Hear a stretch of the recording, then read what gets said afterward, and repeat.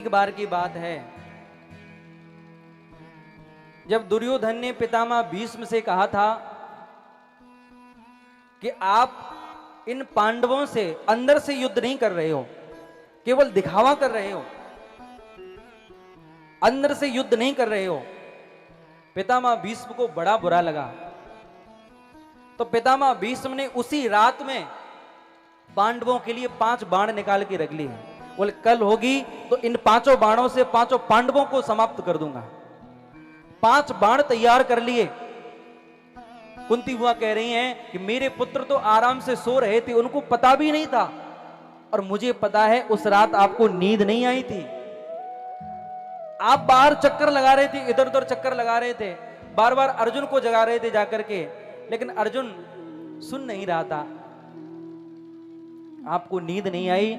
आपने क्या किया, आप द्रौपदी को अपने साथ लेकर के, साड़ी पहन करके, दासी बन करके पितामह भीष्म के पास द्रौपदी को लेकर के गए और द्रौपदी को पितामह भीष्म के पास लेकर के गए। प्रभु पितामह भीष्म संध्या कर रहे थे, भजन कर रहे थे रात में बैठ करके। भगवान तो बाहर खड़े हो गए, अंदर द्रौपदी जी चली गई। खुद तो बाहर खड़े रहे, भीतर भेजा पांचाली को, यतिवर बाबा के चरणों में जाकर अपना मस्तक रख दो। अर्धरात्रि की बेला में बाबा की लगी समाधि थी, मन हरि चरणों में रमता था, कहीं कोई न आधी व्याधि थी।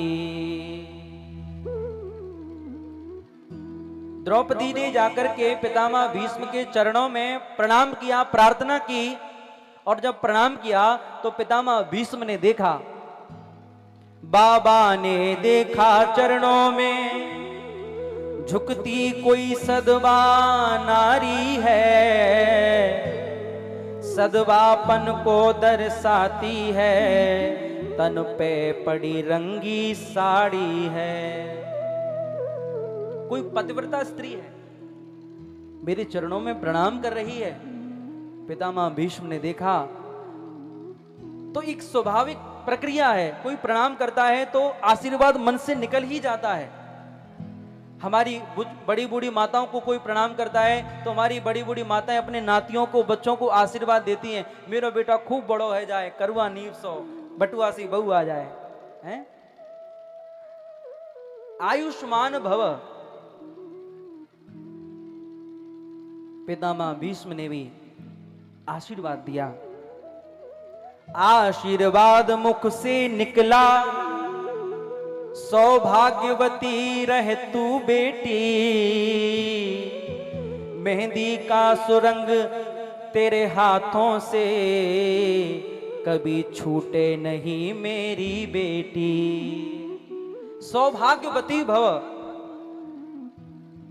आशीर्वाद दे दिया। मैं बर देता हूं हे पुत्री, सिंदूर से मांग न खाली हो, सौभाग्य तुम्हारा अटल रहे, तू पुत्र कुमारों वाली हो। सौभाग्य तुम्हारा अटल रहे, तू पुत्र कुमारों वाली हो। आशीर्वाद दिया। तो जब आशीर्वाद दिया तो द्रौपदी जी बोली, हे पितामह। सुनकर द्रौपदी ये बोली, बाबा ये क्या फरमाते हो,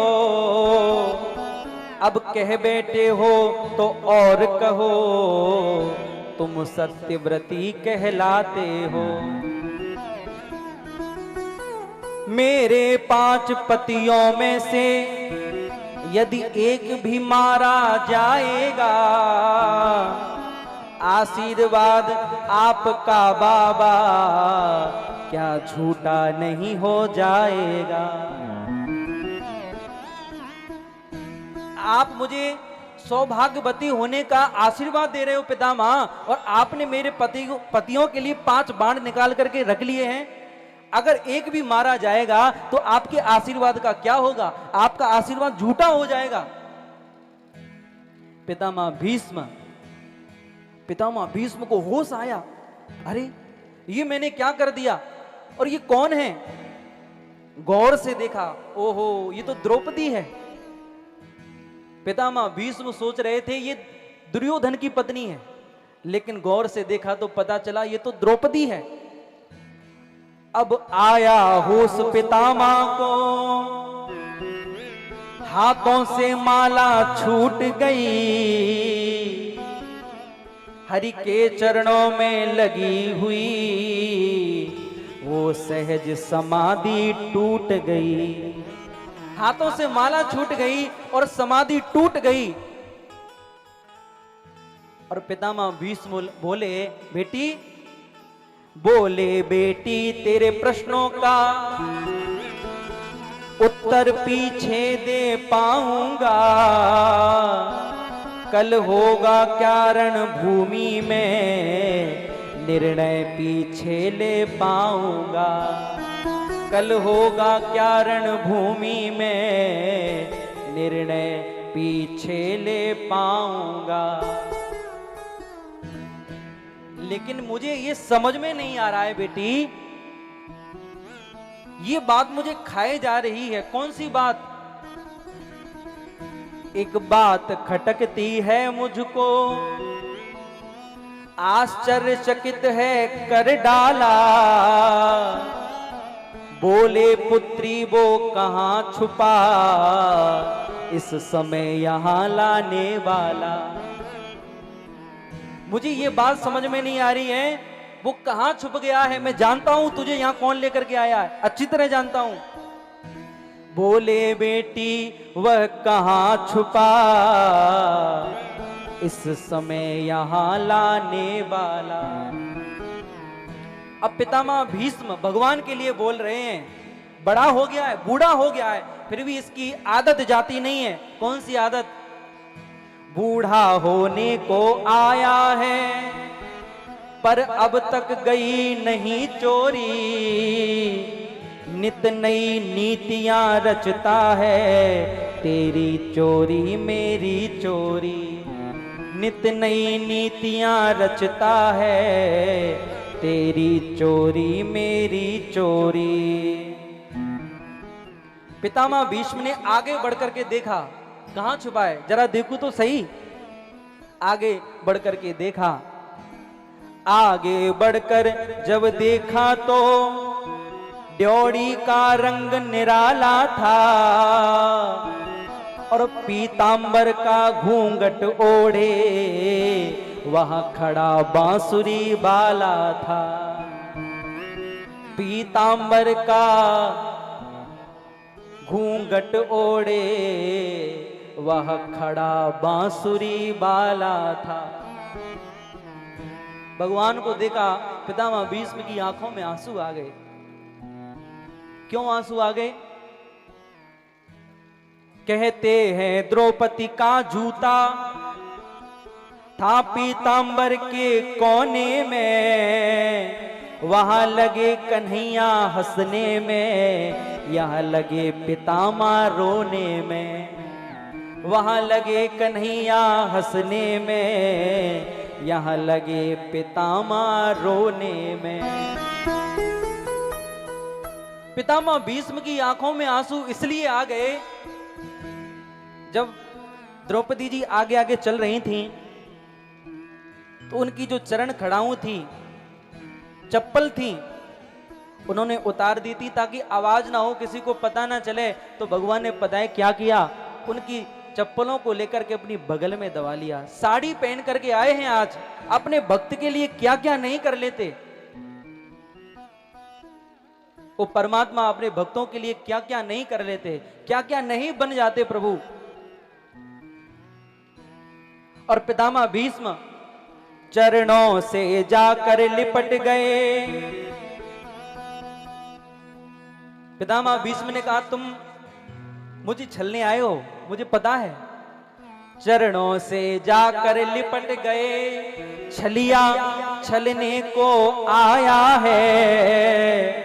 और देखो देखो इसको, भक्तों के कारण देखा तो दासी का भेष बनाया है। भक्तों के कारण देखा तो दासी का भेष बनाया है।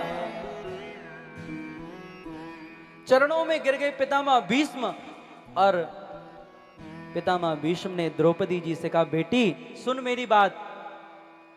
ओ द्रुपद सुता मेरी पुत्री, तूने कुल पवित्र कर डाला है। ओ द्रुपद सुता मेरी बेटी, तूने कुल पवित्र कर डाला है। पहरा देता है जो तेरा, वो जगत रचाने वाला है। पहरा देता है जो तेरा, वो जगत रचाने वाला है। तूने पुत्री पूरा कुल पवित्र कर दिया।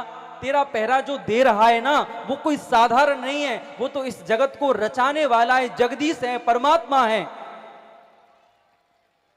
और पितामह भीष्म ने कह दिया, जा बेटी, मेरा अंदर से भाव है, जाओ बेटी निश्चिंत रहो, अब निश्चय विजय तुम्हारी है। जाओ बेटी निश्चिंत रहो, अब निश्चय विजय तुम्हारी है। पतियों का बाल क्यों हो बांका, जब रक्षक बांके बिहारी है। तेरे पतियों का बाल क्यों हो बांका, जब रक्षक कृष्ण मुरारी है। जिसके रक्षक हैं भगवान, उसे कोई मार नहीं सकता। प्रभु जगन्नाथ का भक्त जगत से हार नहीं सकता। प्रभु जगन्नाथ का भक्त जगत से हार नहीं सकता। प्रभु जगन्नाथ का भक्त जगत से हार नहीं सकता। जिसके रक्षक हैं भगवान, उसे कोई मार नहीं सकता। जिसके रक्षक हैं भगवान, उसे कोई मार नहीं सकता। प्रभु जगन्नाथ का भक्त जगत से हार नहीं सकता। प्रभु जगन्नाथ का भक्त जगत से हार नहीं सकता। प्रभु जगन्नाथ का भक्त जगत से हार नहीं सकता। प्रभु जगन्नाथ का भक्त जगत से हार नहीं सकता। जाको राखे साइया, मार सके ना कोई, बाल न बांको कर सके जो जग बैरी हो।